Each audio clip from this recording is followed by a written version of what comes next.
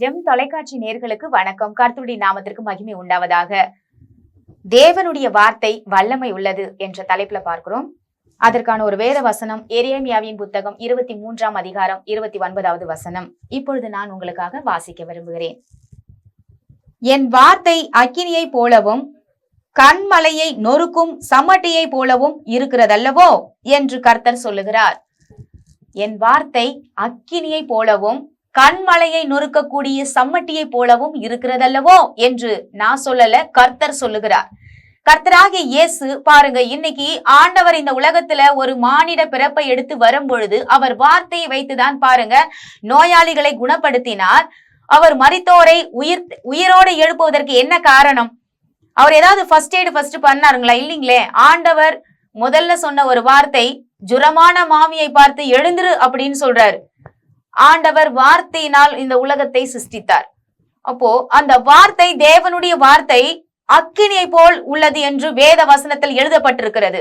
தேவனுடைய வார்த்தையை நம்ம என்ன இன்னைக்கு நினைச்சுக்கிட்டு இருக்கோம் அப்படின்னா, ஆண்டவருடைய வார்த்தை ஏதோ சொல்லிட்டாரு, அவர் செய்யறப்ப செய்வாரு, ஆண்டவர் எல்லாம் எனக்கு செய்வாரா அப்படின்னு நிறைய பேருடைய கேள்வி இதுவாக இருக்கிறது. எனக்கு ஆண்டவர் செய்வாரா?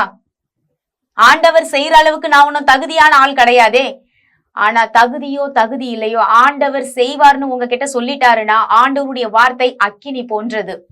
அவருடைய வார்த்தை பாருங்க, மனிதனை போல நான் மாத்தி பேசுறவர் அல்லன்னு சொல்லிட்டாரு. மனிதனை போல பொய் சொல்ல ஒரு மனிதன் அல்ல, மனமாற நான் மனு புத்திரனும் அல்ல. அவர் மனசு மாறுறதுக்கோ அவர் பொய் சொல்றதுக்கோ ஒரு மனிதனை போல அல்ல. அவருடைய வார்த்தை அக்கினி போன்றது. ஒரு வார்த்தை சொல்லிட்டாருன்னா அது அக்கினி மாதிரி எரிந்துகிட்டே இருக்கும் பாருங்க. அனல் மூட்டக்கூடியது, உருவாக்கக்கூடியது. ஒரு கேஸ் வச்சு இன்னைக்கு சமைக்க முடியும் நம்மளால.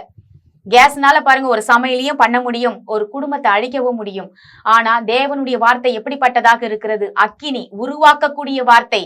மனிதனை போல அல்ல. மனிதன் பாருங்க, அவன் மத்தவங்களை நல்லா இருக்க கூடாது என்பதற்காக பாருங்க, அழிக்கணும்னு நினைப்பதற்காக கூட சில பேரை பாருங்க குடிசைய தீப்பிடிக்க செய்யறது, இப்படிப்பட்ட காரியங்கள்லாம் செய்வாங்க. ஒரு நெருப்பை நல்ல விதமா பயன்படுத்தலாம், தீய விதமா பயன்படுத்தலாம். ஆனா ஆண்டவருடைய வார்த்தை நெருப்பு போன்றது. அது நல்ல விதமாக பாருங்க பயன்படுத்தி தான் நிறைய பேர் இன்னைக்கு உலகத்துல அவர் உயிரோடு எழுப்பி இன்னைக்கும் அவருடைய சந்ததி நிச்சயமாக ஏதோ ஒரு மூலையில வாழ்ந்துகிட்டு இருப்பாங்க.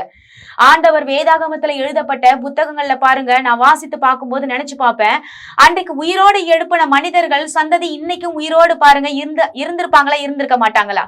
நிச்சயமாக இருந்திருப்பார்கள். இந்த வேத வசனங்கள் எப்படி எழுதப்பட்டது அப்படின்னா, கண்ணார கண்டதை அப்படின்னு வரும் வார்த்தை. எப்படின்னா கண்ணார கண்டதை. முதியோர்கள் பாருங்க கதை சொல்லுவாங்க பிள்ளைக்கு, அன்னைக்கு என்ன நடந்துச்சு, இன்னைக்கு என்ன நடக்க போகுது அப்படின்னு தன்னுடைய தலைமுறைகளுக்கு சொல்லப்பட்டதுதான். அன்னைக்கு டைரி எழுதிக்கிட்டு இல்ல, ஃபர்ஸ்ட் டைம்ல உட்கார்ந்து எல்லாமே தலைமுறையா கதை சொல்லி வளர்ப்பாங்க. இதுதான் என் வாழ்க்கையில நடந்தது, தாத்தா பாட்டிக்கு இதுதான் நடந்துச்சுன்னு. அப்படி எழுதப்பட்ட வேத வாக்கியங்கள் பாருங்க, கண்ணார கண்டது. போய் சீஷர்கள் பரிசுத்த ஆவியினால் நிரப்பப்படுறாங்க. நிரப்பப்பட்ட உடனே அதை வச்சு பைபிள் எழுதல. என்ன செய்யறாங்கன்னா, கண்ணார கண்டது. அந்த உலகத்துல அந்த சமயத்துல வாழ்ந்த மனிதர்களை போய் விசாரிப்பாங்க. விசாரித்து என்ன நடந்தது என்று பாருங்க இன்னைக்குமே ஆய்வு நடத்திக்கிட்டு இருக்காங்க. ஆனா சயின்டிஸ்ட் சொன்னா நம்ம நம்புறோம்.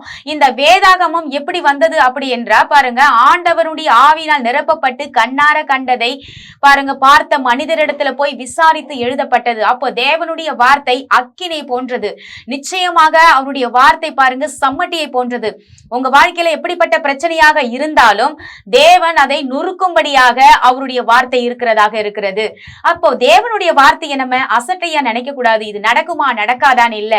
ஆண்டவர் மலைகளை பெயர்க்கக்கூடிய சக்தியை தேவன் வார்த்தையில வைத்திருக்கிறார், அந்த விசுவாசத்துல வைத்திருக்கிறார் என்று மார்க்கு சுவிசேஷம் 11 நம்ம வாசிக்கிறோமே. இந்த மலையை பார்த்து பெயர்ந்து சமுத்திரத்திலே தள்ளுண்டு போய் என்று தன்னுடைய இருதயத்துல சந்தேகப்படாமல் எவனாயிலும் சொன்னால், யாரு வேணாலும் சொல்லலாம். ஆனா ஒன்னே ஒண்ணு, தன்னுடைய இருதயத்துல சந்தேகம் மட்டும் வந்துடக்கூடாதுங்க. சந்தேகப்படாமல் சொன்னால் அவன் சொன்னபடியே ஆகும். மலையை பார்த்து பாருங்க பெயர்ந்து, நீ எல்லாத்தையும் எடுத்துக்கிட்டு கிளம்பு, நீ தள்ளிக்கிட்டு போ அப்படின்னு சொன்னா தள்ளிக்கிட்டு போவோம் நம்ம நம்பி பேச முடியுமா? ஆனா ஆண்டவர் சொல்றார், நீ விசுவாச வார்த்தைகளை பேசும் பட்சத்துல தேவன் உங்க வாழ்க்கையில பெரிய காரியங்களை செய்வார். ஆண்டவர் அப்படிதாங்க பாருங்க, மரித்து போனவர்களை அவர் விசுவாசத்தினால் பேசினார். என்ன பேசினாரு? மரித்து போனவர்களை பார்த்து அவர் ஒப்பாரி வைக்கவில்லை. அவர் உடனே சொல்றார், இங்க இருக்கிறவங்க எல்லாம் வெளியே போங்க, ஃபர்ஸ்ட் அவங்க நித்திரையா இருக்கிறாங்கன்னு விசுவாசத்துல பேசுறார். செத்து போனவங்களை பார்த்து நித்திரையா இருக்கிற தூங்கிட்டு இருக்காங்கன்னு சொன்னா அந்த இடத்துல ஆண்டவரை அந்த நாட்கள்ல பாருங்க 2000 வருடங்களுக்கு முன்பதாக அறியாத மக்கள் கேலி செய்திருப்பாங்க. இன்னைக்குமே நிறைய பேர் படிக்காதவங்க இந்த உலகத்துல வாழும் பொழுது புரிந்து கொள்ளாமல் கேலி செய்கிறவங்க இன்னைக்கும் இருக்காங்க. அப்ப 2000 வருஷத்துக்கு முன்பதாக வெறும் விவசாயம் மட்டுமே இருந்த இந்த உலகத்துல அந்த அளவுக்கு பாருங்க அறிவியலுடைய வளர்ச்சி கிடையாது. ஆனா அந்த இடத்துல தேவன் சொல்றாரு, இந்த இடத்துல நித்திரையா இருக்காங்க, நான் இவங்களை எழுப்ப போறேன். அப்ப தேவனுடைய வார்த்தை வல்லமை உள்ளதாக இருக்கிறது, தேவனுடைய வார்த்தை சக்தி உள்ளதாக இருக்கிறது. அதை நாம் நம்பும் பட்சத்துல தாங்க பெரிய காரியங்களை தேவன் நமக்கு செய்ய முடியும். நாம் நம்பணும். தேவன் சொல்லிட்டார் ஆபிரகாமுக்கு, உன்னுடைய சந்ததி இவ்வளவாக நான் பெருக பண்ணுவேன்னு சொல்லிட்டார். நிச்சயமாக பெருக பண்ணி இன்னைக்கு என்னவே முடியலீங்களே, என்ன முடியாத அளவுக்கு உன் சந்ததியை நான் வைப்பேன்னு சொன்னார். ஒரு குழந்தை கூட இல்ல, தாத்தாக்கு ஒரு குழந்தை இல்ல. எத்தனை 75 வயசுல ஒரு வாக்கு தத்தத்தை கொடுத்து பாருங்க 99 வயசுல ஒரு குழந்தை பிறக்குது அப்படின்னா அது விசுவாசம், தேவனுடைய வார்த்தையினுடைய வல்லமை. தேவனுடைய வார்த்தையின் வல்லமையை நம்ம புரிந்து கொண்டோமா? இந்த நாட்கள்ல இருந்து தேவனுடைய வார்த்தையினுடைய வல்லமையை நம்ம நினைச்சு ஜெபிக்க போகிறோம். எங்கள் அன்பும் இரக்கமும் நிறைந்த நல்ல தகப்பனே, நாங்கள் உம்மண்டையில் வருகிற சுவாமி, தேவனுடைய வார்த்தை வல்லமை என்ற தலைப்புல பார்த்தோம். நாங்க தேவனுடைய வார்த்தையை வல்லமையாவே நினைக்கிறது கிடையாது. யாராவது மனுஷங்க சொல்லிட்டா உடனே செய்வாங்க, நாங்க பின்னாடி ஓடிடுறோம். அவங்க செய்வாங்க, இவங்க உதவி பண்ணுவாங்க. ஆனா தேவன் சொல்றீங்க, நான் உன்னை விட்டு விலகுவதும் இல்லை, உன்னை கைவிடுவதும் இல்லை என்று நீங்க சொல்றீங்கப்பா. நீங்க விடவே மாட்டேன்னு சொல்லிட்டீங்க, ஆனா நீங்க விட்டுட்டீங்களோன்னு சொல்லி பல சமயங்கள்ல பிரச்சனை வரும்போது நாங்க சோர்ந்து போயிடுறோம். ஆனா நீங்க என்ன கைவிடாத தேவன் எங்களை நடத்தி கொண்டு இருக்கீங்கப்பா. உங்களுடைய ஆண்டவரை அன்புக்கும் தயவுக்கும் கிருபைக்கும் சமாதானத்துக்கும் உங்களுடைய ஆண்டவரை காரியத்துக்கும் நாங்கள் நன்றி சொல்லி ஜெபிக்கிறோம். ஆண்டவரை உங்களுடைய கிருபை எப்பொழுதும் எங்களோடு கூட இருப்பதாக இயேசு கிறிஸ்து நாமத்தில் நாங்கள் ஜெபிக்கிறோம் நல்ல தகப்பனே, ஆமேன். கர்த்தர் நம் அனைவரையும் ஆசீர்வதிப்பாராக. God bless you.